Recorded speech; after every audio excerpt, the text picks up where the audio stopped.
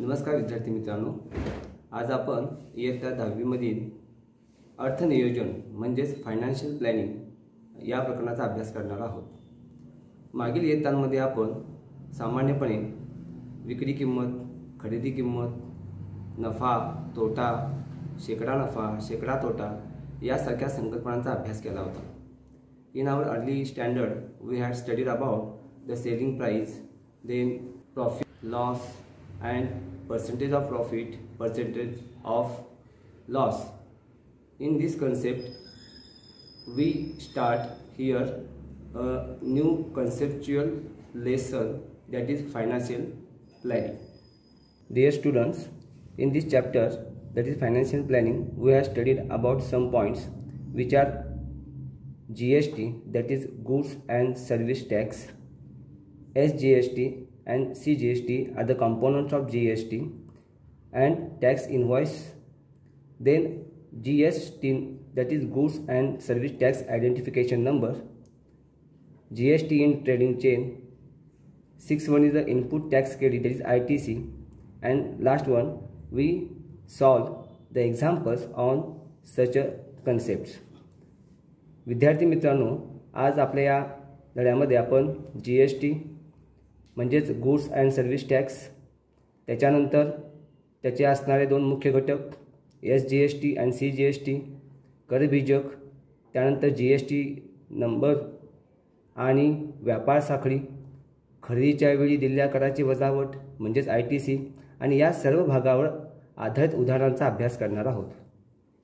Dear students, in our country there are many taxes will be paid by the traders, that is excise duty, service tax, entertainment tax, custom duty, VAT, OCTRA, etc.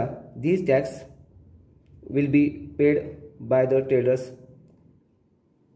आपल्या देशामध्ये व्यापाऱ्यांच्या माध्यमातून उत्पादन शुल्क, सेवा कर, करमणूक कर, सीमा शुल्क, मूल्यवर्धित कर, जकात यासारखे अनेक कर व्यापाराच्या वेळी भरले जायचे।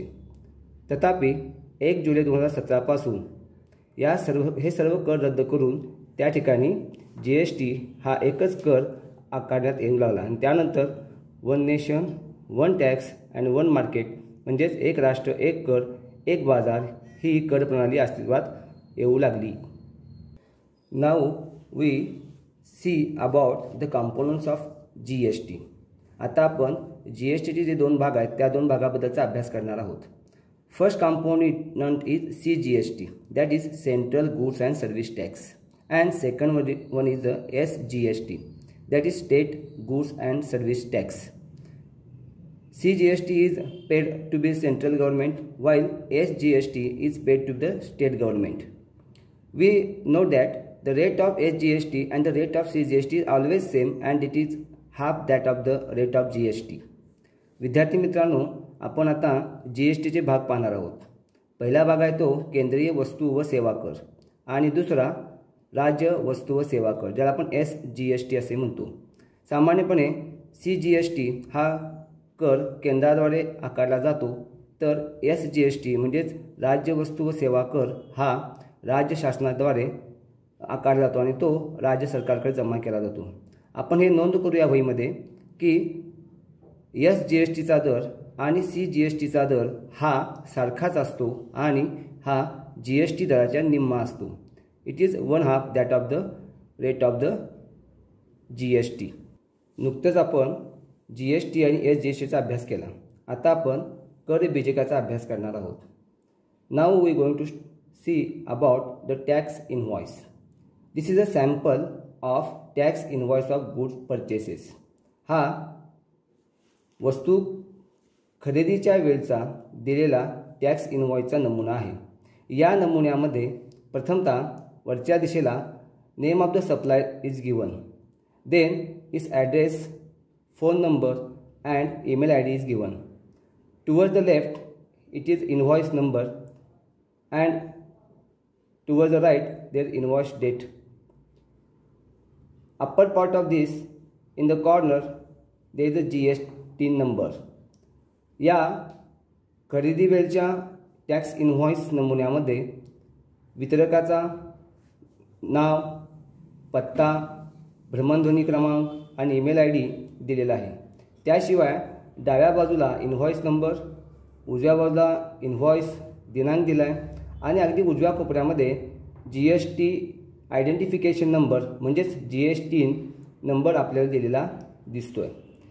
आपण जर या तक्त्यामध्ये पाहिलं तर आपल्याला पाहता येईल की यामध्ये जो भाग अंडरलाइन केलेला आहे HSN code number, name of the product, rate, quantity, taxable amount that is the rate of CGST and rate of SGST and total, या दिलेल्या रकान्यामध्ये जर पाहिलं आपण तर आपल्याला HSN कोड दिलेला आहे, त्या वस्तूचं नाव दिलेलं आहे, वस्तूचा दर दिलेला आहे, किती वस्तू घेतली आहेत, क्वांटिटी दिलेली आहे, त्याचा असणारा करपात्र रक्कम किती आहे ते दिले आहे, त्याच्यानंतर CGSTचा दर, SGSTचा दर आणि त्याच्यानंतर त्या वस्तूची एकूण रक्कम त्या ठिकाणी दिलेली आपल्याला दिसून येते। विद्यार्थी मित्रांनो, आपण आत्ताच करविजय नमुना तक्त्याचा अभ्यास केला। त्यामध्ये आपण GST आयडेंटिफिकेशन नंबर म्हणजेच GST याचा अभ्यास केला। त्यामध्ये उल्लेख केल्यानुसार समोर स्क्रीनवर दिसणारा जो नंबर आपल्याला दिसतोय हा 15 अंकाक्षरी नंबर म्हणजेच GST नंबर आहे, जो करविजिकामध्ये उजव्या कोपऱ्यामध्ये पाहायला मिळतो। यामध्ये पहिले 2 अंक जो 27 दिसत आहेत ते राज्याचा कोड असून हा 27 महाराष्ट्र राज्याचा कोड आहे। तर पुढे येणारे क्रमशः 10 अंक हे त्या वितरकाचा पॅन नंबर म्हणजेच परमनंट अकाउंट नंबर असतो। त्याच्यानंतर आलेला 1 हा अंक हा पहिल्यांदा रजिस्ट्रेशन केला असेल, पहिलं रजिस्ट्रेशन केला असेल तर येतो। Z हा सर्वांसाठी समान असतो, it is uniform for all and 5 number that is digit is for the check sum digit. What is the purpose of 5? या 5 अंकाचा उपयोग काय? जेव्हा आपण या करपात्र असणाऱ्या GST नंबर जेव्हा वेबसाईटमध्ये फिलअप करू तेव्हा आपण प्राप्त झालेला तो नंबर हा व्हॅलिड आहे की इनव्हॅलिड आहे हे दाखवण्यासाठी किंवा याची खात्री होण्यासाठी हा चेक सम डिजिट नंबर महत्त्वाचा असतो। आता हा GST नंबर कोणासाठी अप्लाय करता येतो किंवा कोण यासाठी अप्लाय करू शकतं? ज्या फर्मचं अथवा डीलरचं म्हणजेच उत्पादकाचं असेल अथवा व्यापाराचं असेल, त्याचे मागील वर्षाचे एकूण उत्पन्न जर 20 लाखापेक्षा अधिक असेल तर त्या व्यापाऱ्यानं हा GST नंबर काढणं अपेक्षित आहे। In our tax invoice sample, we see the GST number at the top right corner. This number is a GST number. On the screen, this number is a GST number. First 2 digits are the state code numbers, which is Maharashtra code number. After that, these 10 digits are the PAN of the given firm or the dealer, that is permanent account number. After that, 1 stands for 1 registration number. Z is uniform for all the dealers, while 5 number digit is the validity of GST number. When we feed this number in the website, we will see that the given number is valid or not. This GST number is mandatory for dealer or valid only for whose annual turnover in previous financial year is exceed than 20 lakhs. Also we study about the Hsn code number. In the tax invoice good purchase sample, here is a Hsn code number, that is harmonize the system of nomenclature. This is a specified code or number which is given to the individually product. It is different for different product. आपण आता करविजक नमुन्याचा अभ्यास करत असताना हा जो Hsn code number आहे याचा अभ्यास करणार आहोत। यामध्ये प्रत्येक वस्तूला खाद्यपदार्थाला विशिष्ट असा नंबर दिलेला दिसतोय। हा जो नंबर आहे यालाच आपण HSN कोड नंबर असं म्हणतो, म्हणजेच हार्मोनाइज्ड सिस्टीम ऑफ नॉमेनक्लेचर। यानंतर आपल्याला वस्तू खरेदीचा टॅक्स इनव्हॉइस व सेवा पुरवल्याचा टॅक्स इनव्हॉइस नमुन्यांमधला फरक अभ्यासायचा आहे। वस्तू खरेदी टॅक्स इनव्हॉइस नमुन्यामध्ये HSN कोडचा समावेश असतो की जो प्रत्येक वस्तूसाठी विशिष्ट असतो। तर सेवा पुरवल्याचा टॅक्स इनव्हॉइस नमुन्यामध्ये SA कोड असतो, म्हणजेच तो स्पेशल अकाउंटिंग कोड असतो की ज्याला आपण सेवाच्या वर्गीकरणातील विशिष्ट क्रमांक असे संबोधतो। What is the difference between the sample of tax invoice while purchasing and the tax invoice while service providing? There is a Hsn code number, that is a harmonized system of nomenclature, is for individual product in the tax invoice sample, while there is a SA code, that is special accounting code, in the tax invoice service providing sample. विद्यार्थी मित्रांनो, खालील सारणीमध्ये काही वस्तू, सेवा आणि त्यावरील करांचे दर नमुन्यादाखल दिलेले आहेत। आपण जर या तक्त्यात निरीक्षण केलं तर आपल्याला लक्षात येईल अनुक्रम नंबर, प्रकार, कराचा दर आणि वस्तू किंवा सेवा प्रकार असे एकूण 4 कॉलम आपल्याला दिसतात। पहिल्या कॉलममध्ये शून्याधारित, दॅट इज नील रेटेड असं म्हटलेलं आहे। याच्यावरती GSTचा दर हा 0% असणार आहे। यामध्ये कोणत्या वस्तू किंवा सेवा येतात तर यामध्ये अन्नधान्यासह जीवनावश्यक वस्तू, भाजीपाला, फळे, दूध, मीठ, मातीची भांडी इत्यादी। याशिवाय सेवामध्ये धर्मादाय संस्थांचे उपक्रम, पाण्याची वाहतूक, रस्ते व पुलांचा वापर, शिक्षण आणि आरोग्य सेवा, सार्वजनिक वाचनालये, शेती संबंधी सेवा इत्यादी सेवांचा समावेश या शून्याधारित म्हणजे 0% GSTमध्ये होतो। त्यानंतरचा जो आहे तो निम्न दर, त्याच्यामध्ये 5% कर आकारला जातो। यामध्ये वस्तूंमध्ये व्यक्तीच्या सामान्य वापरातील वस्तू जसे LPG सिलेंडर, चहा, तेल, मध, फ्रोझन भाज्या, लवंग, मिरी, मसाले, मिठाई इत्यादी। याशिवाय काही सेवांचा देखील 5% GSTमध्ये समावेश करण्यात आलेला आहे। यामध्ये रेल्वे वाहतूक असेल, बस वाहतूक आहे, टॅक्सी सेवा, विमान वाहतूक, त्याच्यामध्ये सुद्धा इकॉनॉमी क्लासची विमान वाहतूक, हॉटेल्समध्ये मिळणारे खाद्यपदार्थ किंवा जे पेय पुरवले जातात त्यांचा समावेश 5% म्हणजे निम्न दरामध्ये केलेला आहे।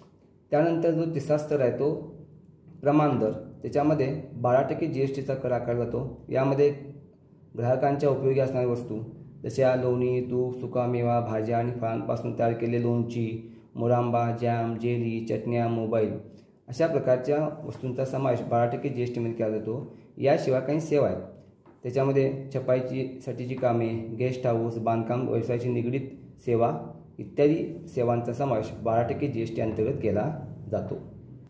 In this chart student we will see that we observe that there is a rate of GST, then the types of the goods and services and goods and service item list, which items are in present in the 0%, 5% GST and 12% GST. Let us see.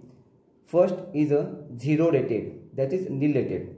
In this type, there is a essential commodities like food grains, fruits, vegetables, milk, salts, and other parts are included. While in the services, charitable trust activities, transport of water, use of roads and bridges, public library, agriculture related services, education and health services, etc. are included in 0% GST. Then second is the low rated, that is it has a GST 5%. In this GST, goods are, that is commonly used items, example LPG cylinder, then tea, coffee, oil, frozen vegetables, spices and sweets, etc. While in the service sector, there is a railway transport services, bus transport, taxi services, airport, that is economy class, hotels, that is providing food and beverage are included in the 5% GST. While in the third, that is the standard rated, that is first slab, it has 12% GST. In this slab, consumers goods, that is butter, ghee, dry fruits, jam, jelly, sauce, then mobile phones and pickles are included, while in the services sector, printing jobs, guest house, then services related to the construction business, these services are included in the 12% GST. यानंतर स्तर 2 जो slab second आहे तिथे प्रमाण दर, याला आपण standard rated असं म्हणतो. यामध्ये मोठ्या प्रमाणात वस्तू आणि सेवांचा समावेश होतो. सामान्यपणे 18% GST यावर आकारले जाते. यामध्ये मार्बल, ग्रॅनाइट, परफ्यूम, धातूच्या वस्तू, संगणक, printer, monitor, CCTVs are included in the 80% GST.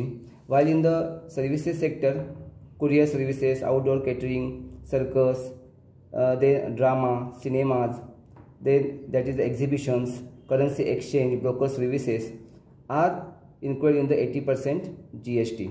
याप्रमाणे कुरिअर सर्व्हिस असेल, आउटडोर केटरिंग असेल, सर्कस, नाटक प्रदर्शन, सिनेमा, चलन विनिमय सेवा, शेअर खरेदी विक्रीमधील दलालची सेवा, या सर्व सेवांचा समावेश 18% GST मध्ये केला जातोय.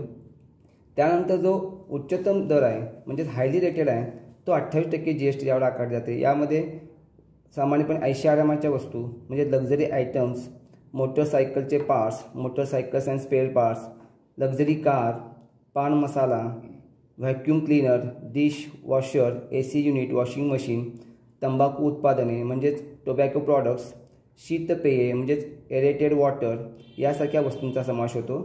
And that 20% GST. There is a service sector, that is a 5-star hotel accommodation म्हणजेच पंचतारांकित हॉटेल निवास व्यवस्था, amusement park, water park, theme park, casino, race course, IPL सारखे खेळ, विमान वाहतूक, त्यामध्ये सुद्धा बिझनेस क्लास असेल तर यासारख्या सेवांचा समावेश 28% GST मध्ये केला जातो. सामान्यपणे यासारख्या करामध्ये वीज, पेट्रोल, डिझेल इत्यादी GST कक्षेमध्ये आकारले गेले नाहीत. त्यांना या GST कक्षेमध्ये घेतलेले नाहीत. सामान्यपणे हा पूर्ण देशासाठी कर प्रणाली असल्यामुळे सर्व राज्यांमध्ये ही कर प्रणाली अस्तित्वात आलेली आहे. Students, now we solve some examples on GST, HGST and CGST. विद्यार्थी मित्रांनो, आपण आता GST, राज्य यावर अवलंबित कर, त्यानंतर केंद्राचा कर याच्यावरती काही उदाहरणे पाहणार आहोत. Look or observe the first example. I read, Pawan Medical supplies medicines. On some medicines, the rate of GST is 12%. Then, what is the rate of CGST and SGST? Pawan medical हे औषधाचा पुरवठा करतात, वितरक आहेत ते. त्यांनी औषधावर लावलेला GSTचा दर आहे 12%. तर आपल्याला केंद्राचा सोबत राज्याचा देयक कर काढावायचा आहे.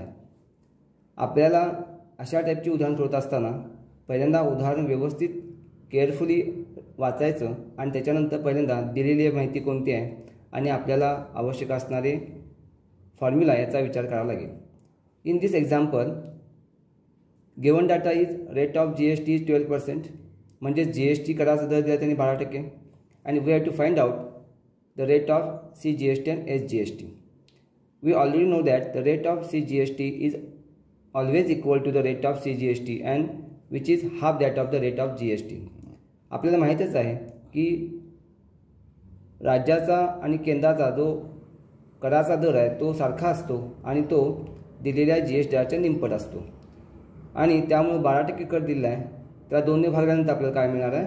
हा राज्याचा आणि त्यासोबत केंद्राचा देय कर त्याचा दर मिळणार आहे. आणि त्यामुळे 12/2 बरोबर 6% हा आपल्याला CGST आणि SGSTचा कर मिळाला.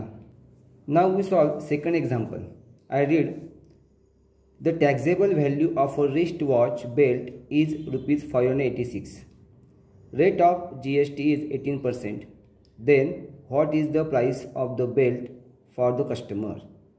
मनगटी घड्याळाची करपात्र रक्कम ही ₹586 असल्यास आणि GST कराचा दर हा 18% असेल तर त्या घड्याळाच्या बेल्टची विक्री किंमत काय असेल किंवा ग्राहकाला ते घड्याळ किती रुपयास पडेल असा प्रश्न आपल्याला दिला आहे. मग आज सांगितल्याप्रमाणे पहिल्यांदा उदाहरणं वाचायचं केअरफुली आणि आफ्टर दॅट गिवन डाटा आणि आपल्याला विचारलेले प्रश्न याचा विचार करायचा आहे. In this we have given taxable value of the wristwatch belt is ₹586 म्हणजेच त्याची करपात्र रक्कम दिली 586 रुपये. GSTचा दर आहे rate of GST is 80%. First we find out the GST payable. आपल्याला किती GST भरावे लागणार ते काढावं लागेल. There is a formula to find the GST payable is equal to taxable value into rate of GST divide by 100. आपल्याला GST दे रक्कम काढायची असेल तर करपात्र रकमेला जो GST दर आहे त्या दराने गुणून 100ने भागावे लागेल.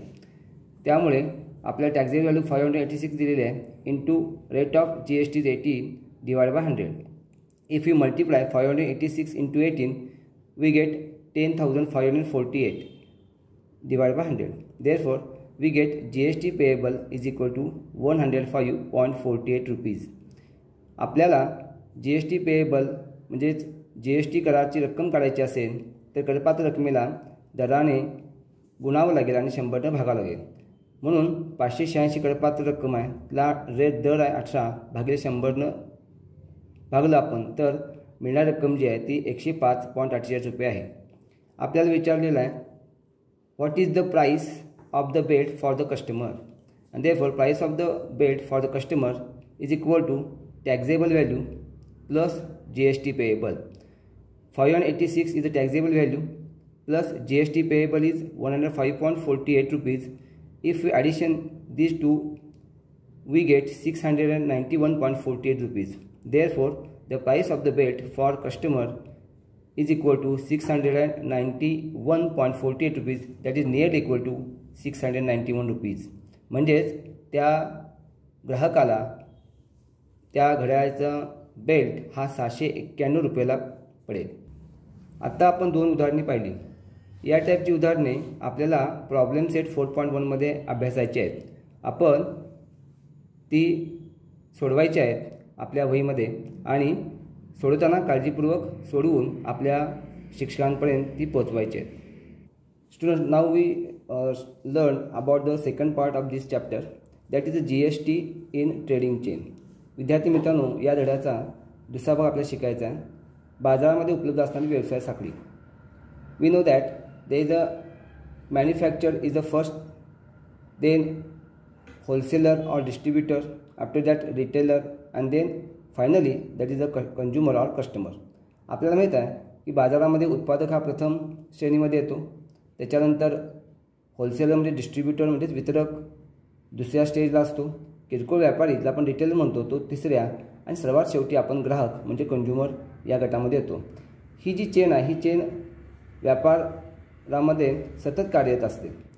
आपल्याला एक उदाहरणाद्वारे GST कशाप्रकारे या प्रत्येक घटकांपर्यंत पोहोचतो किंवा त्यांना तो GST कशाप्रकारे द्यावा लागतो हे आपण प्रथम अभ्यासूया. त्यासाठी आपण एक एक्झाम्पल घ्यायचं आहे. समजा उत्पादकाने एक घड्याळ निर्माण केले, उत्पादन केले आणि ते होलसेलरला 200 रुपयाला विकले. त्यावरती 12% कर आकारला गेला GST आणि किरकोळ व्यापाराला ते 300 रुपयाला मिळाले.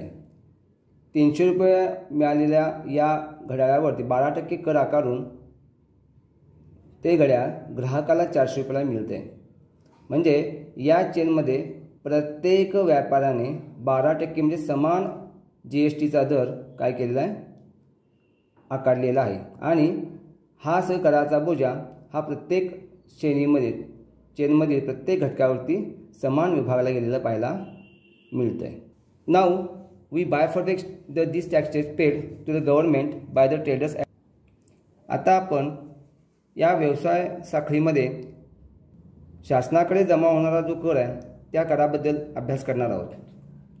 Now we bifurcate the taxes paid to the government by the traders at each stage here.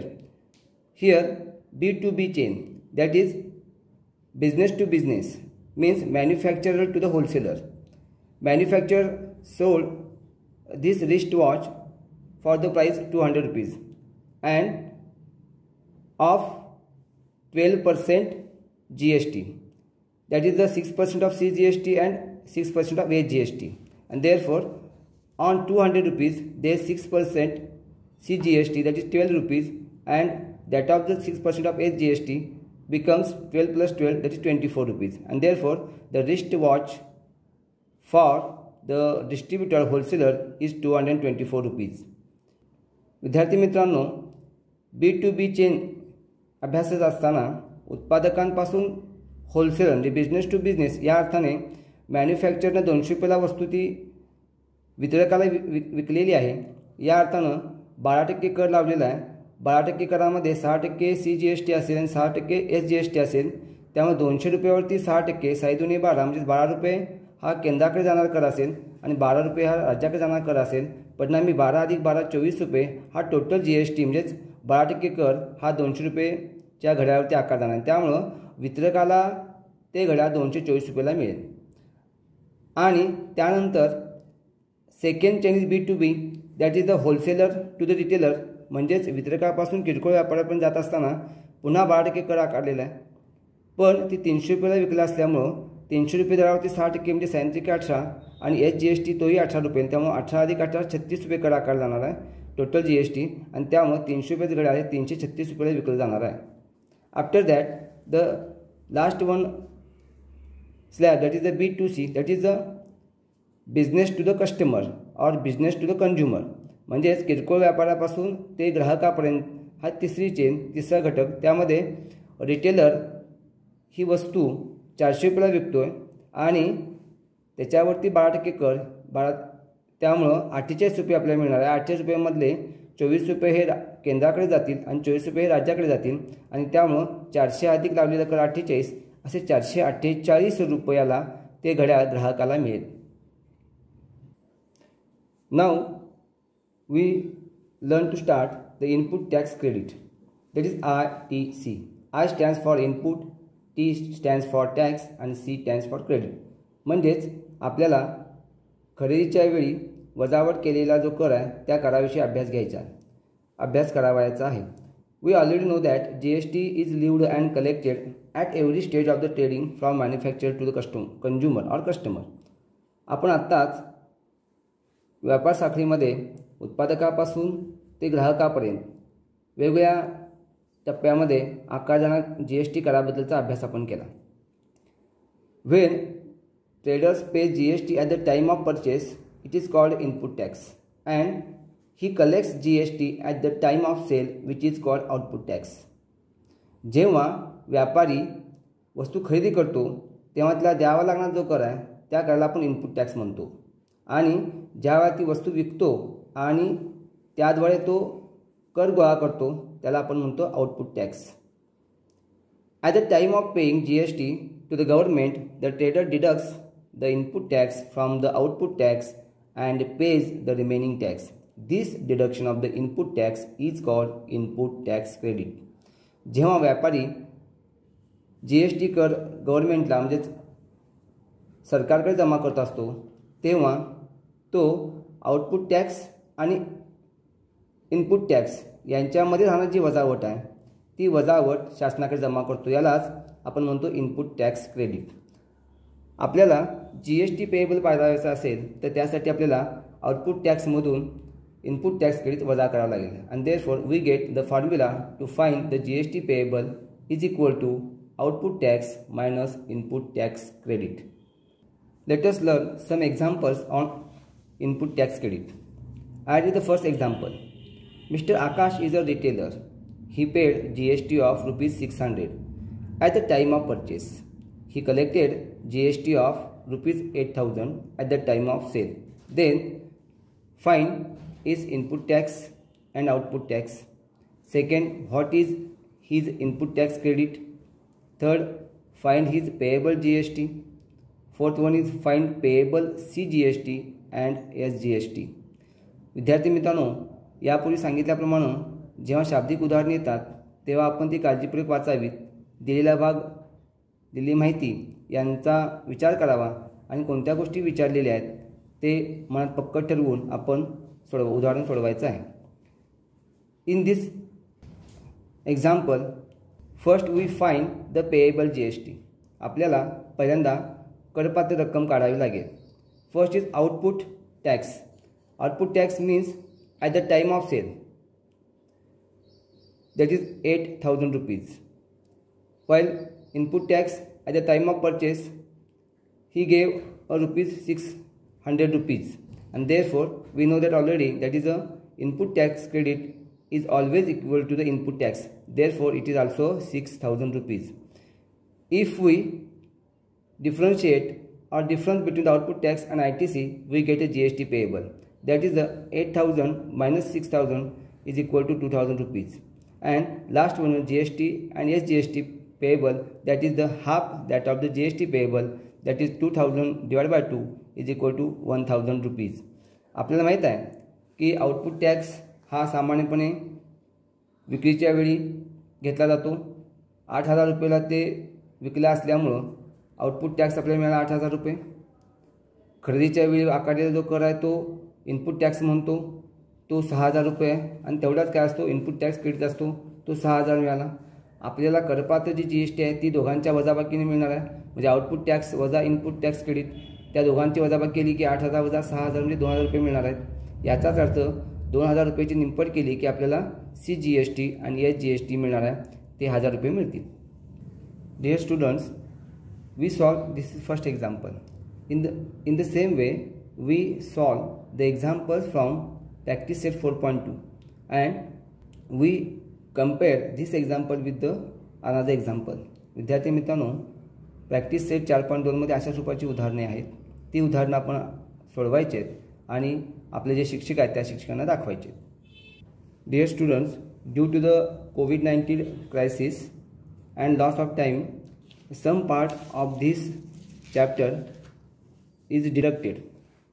Page number 94 to 108 and 111 to 112. This part of page number is for the self study. विद्यार्थी मित्रांनो, COVID-19चा प्रादुर्भाव आणि आपल्या वेळेला अत्यल्प वेळ याचा विचार करता राज्य शासनाच्या निर्णयानुसार काही भाग वगळण्यात आलेल्या अभ्यासक्रमामध्ये. त्यामध्ये पान नंबर 94 ते 108 आणि पान नंबर 111 ते 112 वरील भाग हा स्वयं अध्ययनाकरता ठेवलेला आहे. जरी हा भाग वगळण्यात आला असला तरी हा अभ्यासक्रम आपल्या स्वयं अध्ययन असल्याने शिवाय पुढील इयत्तांसाठी महत्त्वाचा असल्याने आपण त्याचं स्वयं अध्ययन करायचं आहे.